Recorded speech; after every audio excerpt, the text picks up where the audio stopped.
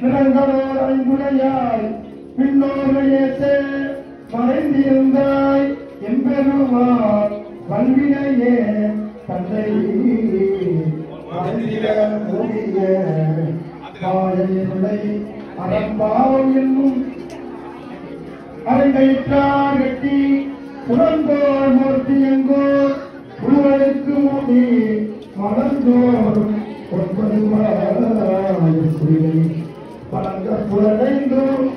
பஞ்சனை செய்ய பிறங்கி மனத்தால் உனக்கு கலந்த அன்பாரி கசிந்து தனத்தால் சிறிய கிளம்பி வந்தருளி நீ கடல்கள் நாட்டி